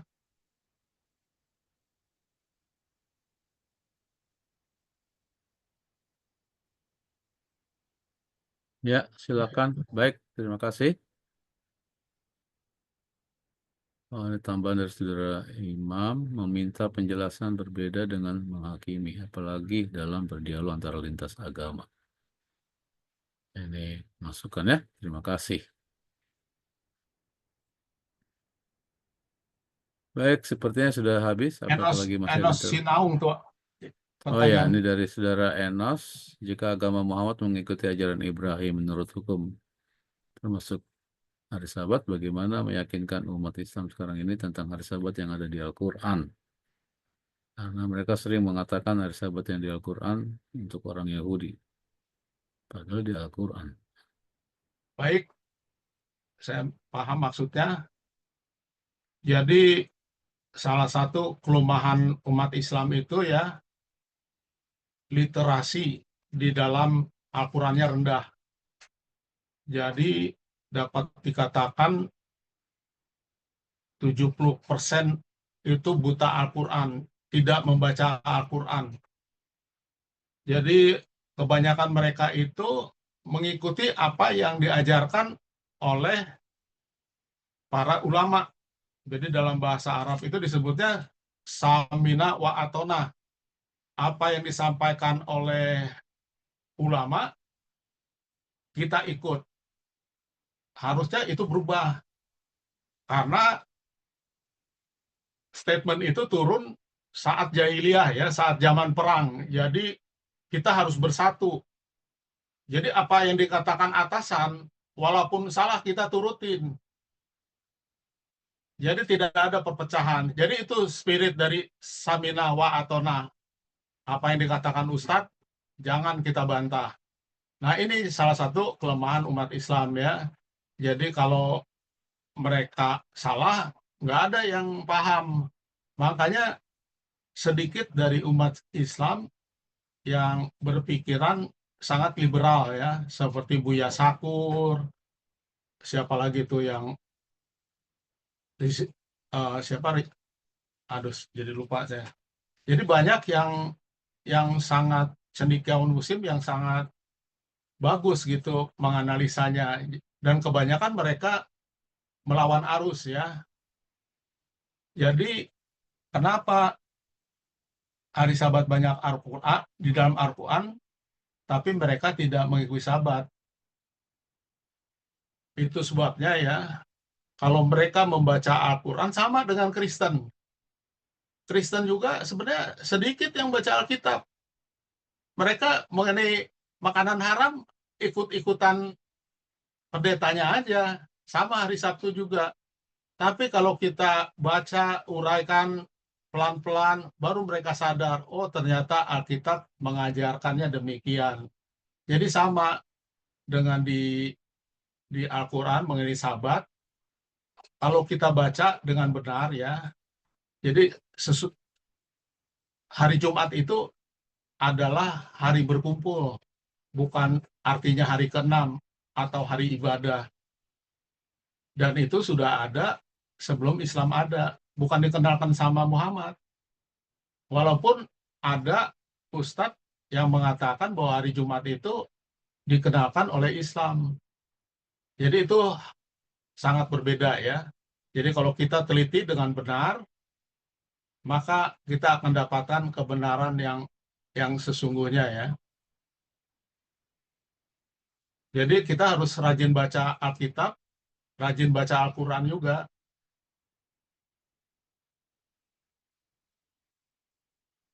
Jangan-jangan kita jadi terjebak ya.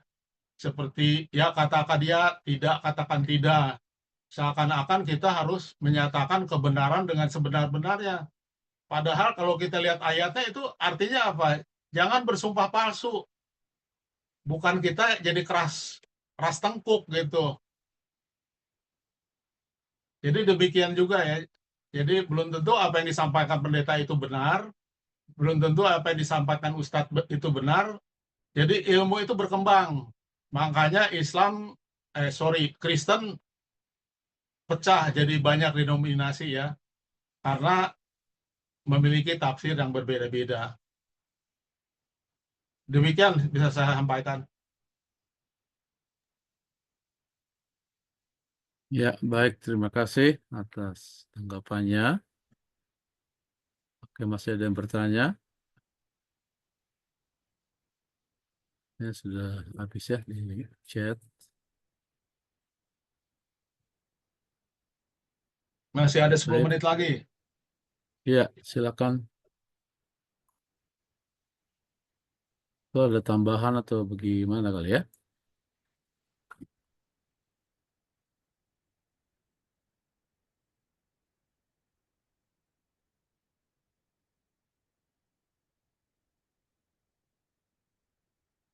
Jadi sebenarnya ya, kalau saya tambahkan lagi, Ya, jadi silakan. perubahan Sabat ke Jumat dengan perubahan Sabat ke Minggu itu polanya hampir sama, agar berbeda dengan orang Yahudi.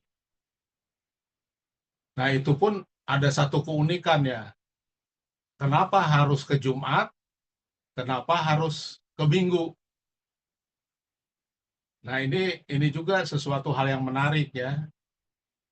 Tapi keluar hadis, Islam diberi hari Jumat, Kristen diberi hari Sabtu, Yahudi diberi hari Sabtu, Kristen diberi hari Minggu.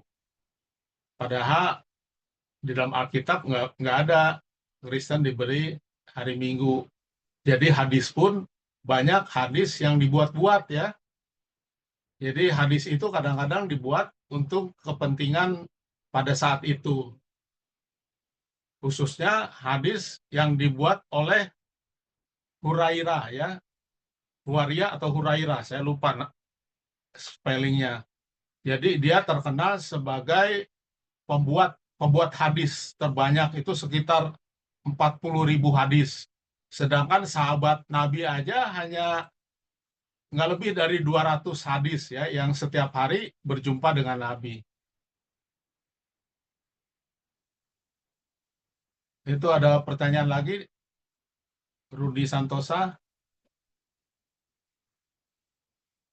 Baik, bagaimana menjelaskan Isa ke Islam bahwa Isa itu Allah yang menjelma menjadi manusia? Memang sulit ya, tapi kita bisa sampaikan berdasarkan apa yang ada di Alkitab, walaupun mereka tidak bisa menerima. Dan konsepnya itu yaitu firman yang disampaikan kepada Maryam. Itu ada suratnya ya, di surat Al-Maryam ya. Jadi firman itu dibawa oleh malaikat Jibril dan itu disampaikan ke dalam rahimnya Maryam. Jadi sama seperti firman yang disampaikan kepada Muhammad ya. Jadi Jibril ini bertugas membawa firman.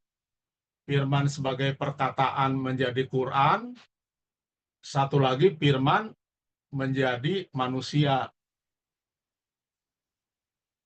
Jadi itu saja, kalau firman bisa jadi Al-Quran, mengapa firman nggak bisa jadi manusia?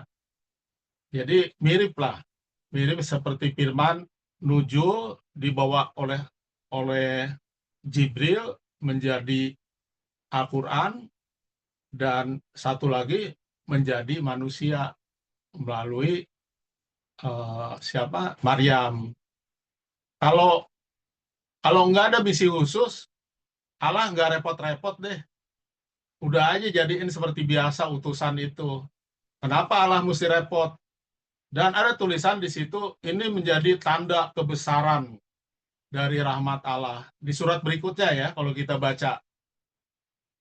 Jadi kenapa hanya satu manusia yang lahir dari anak perawan? Jadi ada misi besar Allah di dalam itu. Kalau enggak ya udah jadiin aja dari batu atau dari apa gitu. Atau dari ya seperti manusia biasa gitu. Kalau dia memang manusia biasa. Jadi memang Allah Yesus itu atau Isa Al-Masih itu dikasih kekhususan lahir sebagai manusia ya. Dan disebut bayi yang kudus, manusia yang tidak berdosa. Siapa manusia yang tidak berdosa? Hanya Yesus, hanya Isa. Nah, kesucian itu adalah milik Allah jadinya. Jadi itu sebabnya kita anggap bahwa dia Allah karena apa yang telah dia perbuat dan apa yang dituliskan oleh Alkitab ya. Jadi saya rasa cukup sederhana walaupun mereka tidak mengimani. Jadi kita sampaikan bahwa seperti Al-Quran, firman dibawa oleh Jibril disampaikan kepada Maria. Maria lahir dengan kekhususan. Kalau dia memang manusia biasa, dengan misi biasa, seperti nabi-nabi terdahulu, sebenarnya nggak usah Jibril membawa firman. Jadi perdebatan panjang jadinya. Saya rasa cukup itu ya.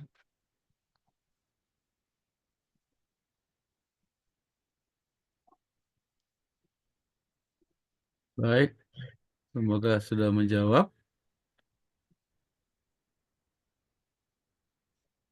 Lagi ada yang masih ingin bertanya?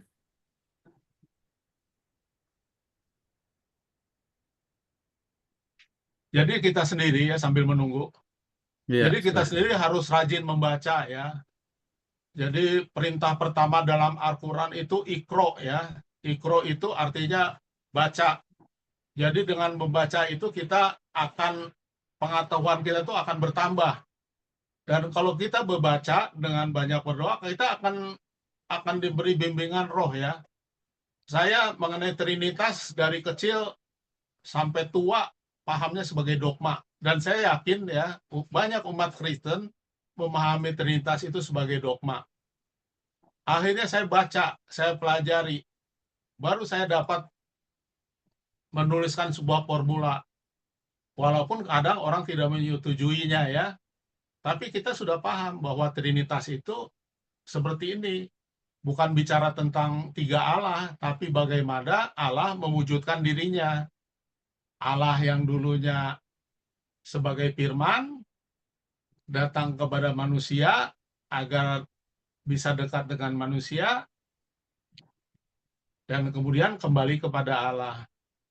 Jadi itu jelas di dalam Alkitab, sesuai dengan ayat-ayatnya. Dan itu pun di Alkitab masih perdebatan di antara orang Kristen juga. Jadi salah satu perpecahan Mormon juga itu masalah Trinitas. Dulu Advent, Iglesia Ni Cristo juga itu terkait Trinitas, Saksi Yehova juga Trinitas. Dulu mereka dari Advent juga itu perpecahannya. Atau pernah jadi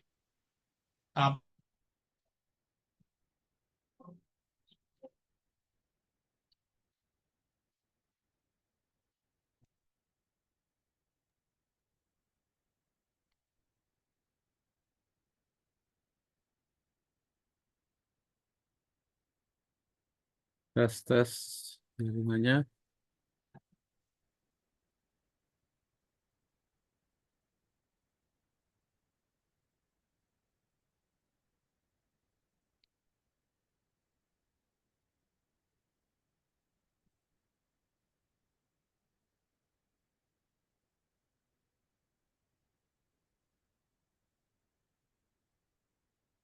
Halo, Bro Tigor.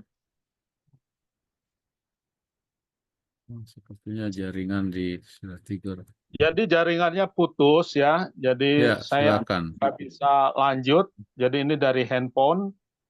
Jadi saya rasa kita harus banyak membaca jurnal-jurnal atau tulisan-tulisan yang ada itu banyak bertebaran di internet ya. Tapi kita jangan sampai terlena. Kita harus pegang Alkitab dan juga kita harus gunakan apa cara berpikir yang baik ya. Seperti dalam Al-Quran, saya selalu memakai urutan turunnya di Al-Quran, karena di dalam Quran itu tidak disusun berdasarkan urutan. Jadi kalau kita urut berdasarkan kapan turunnya, jadi ketahuan perintah-perintah itu mana yang terlebih dahulu, mana yang sebelumnya. Jadi kita tahu arahnya itu yang mana yang benar gitu. Jadi banyak membaca dan makin banyak kita mengetahui ya. Jadi saya rasa itu saja yang bisa saya sampaikan. Masih ada dari Pak Imam. Dari Pak Imam ada pertanyaan lagi nih. Apa latar belakang Quran yang menyebutkan bahwa Isa datang saat kiamat untuk meluruskan umat Kristen yang mempertahankan Isa? Karena Isa sama dengan Nabi yang lain. Apakah ayat Al-Quran tersebut murni atau Sebenarnya nggak ada tendensi? dalam Al-Quran ya. Itu adanya dalam hadis ya. Jadi Isa akan datang untuk mematahkan salib, membunuh babi, dan menghapuskan pajak ya. Jadi Isa akan membuat kehidupan tatanan yang baru, itu menurut Islam. Jadi kehidupannya makmur setelah dia mengalahkan kejahatan ya, atau mengalahkan Dajjal. Jadi itu hadis ya. Jadi kalau hadis itu bisa palsu, bisa benar, bisa dibuat-buat jadinya. Dan untuk mematahkan itu kita bisa sampaikan dengan apa yang terdapat di dalam Al-Quran.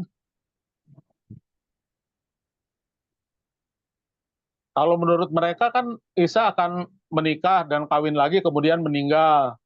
Dan setelah meninggal baru kiamat datang. Nah ini tidak dibahas di dalam Al-Quran, kebanyakan dalam tafsir dan riwayat-riwayat lainnya. Tetapi kalau dalam Alkitab itu kita dibahas ya. Jadi itu kelebihan yang kita dapatkan di dalam Alkitab dibandingkan dengan Al-Quran. Jadi itu saya rasa.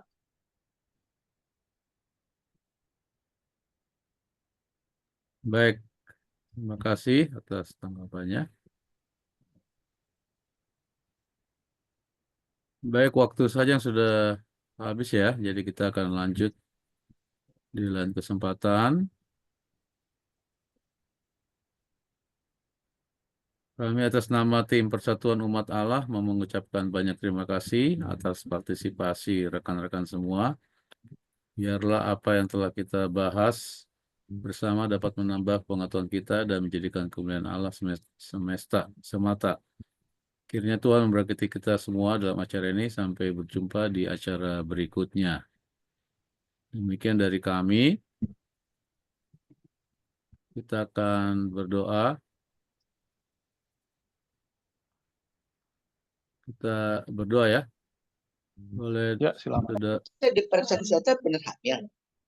Bentar, ada suara.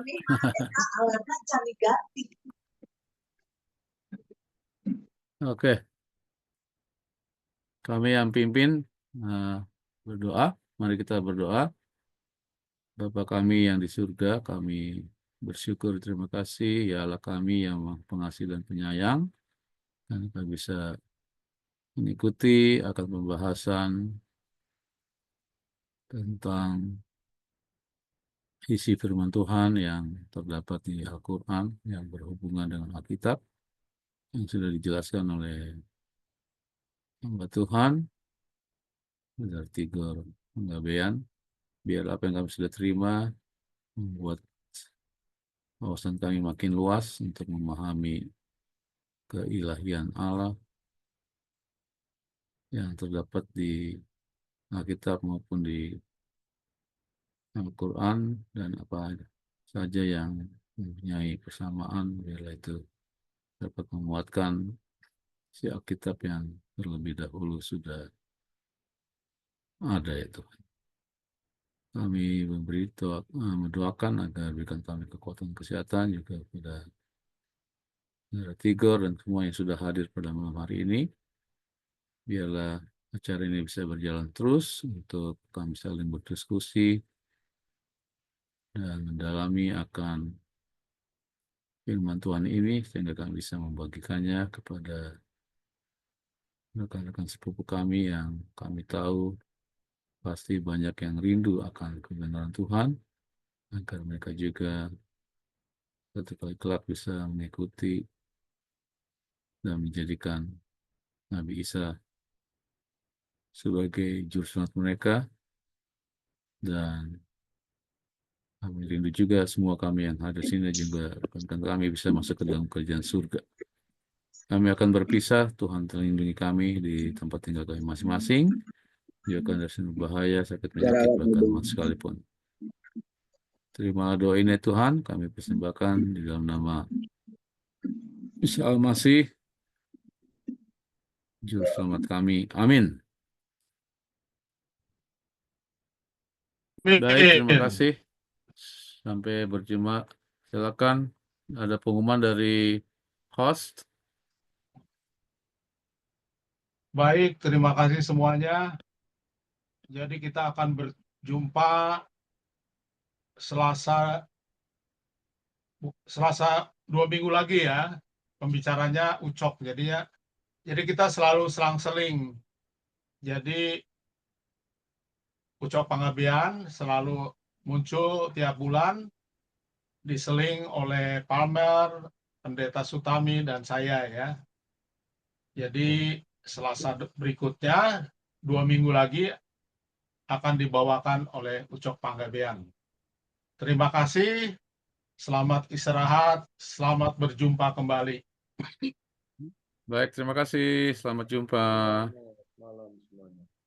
Selamat malam. Terima kasih. Ucok, nggak kedengaran suaranya. Hadir, ada hadir. Oh, hadir. Terima Oh, kasih, Pak Tuhan. Pendeta Daniel juga ada juga ya. Ada, katanya ada. Grogi juga ini yang kedua nih, 2 jam.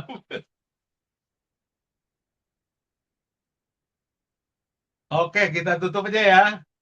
Pak Pahar juga nggak kedengaran suaranya, Pak Pahar. Udah ketiduran? Udah tidur. Terlena sama Profesor Tigor ya. Udah tidur ya. Oke, saya tutup ya. Oke. Selamat malam. Sehat-sehat semuanya.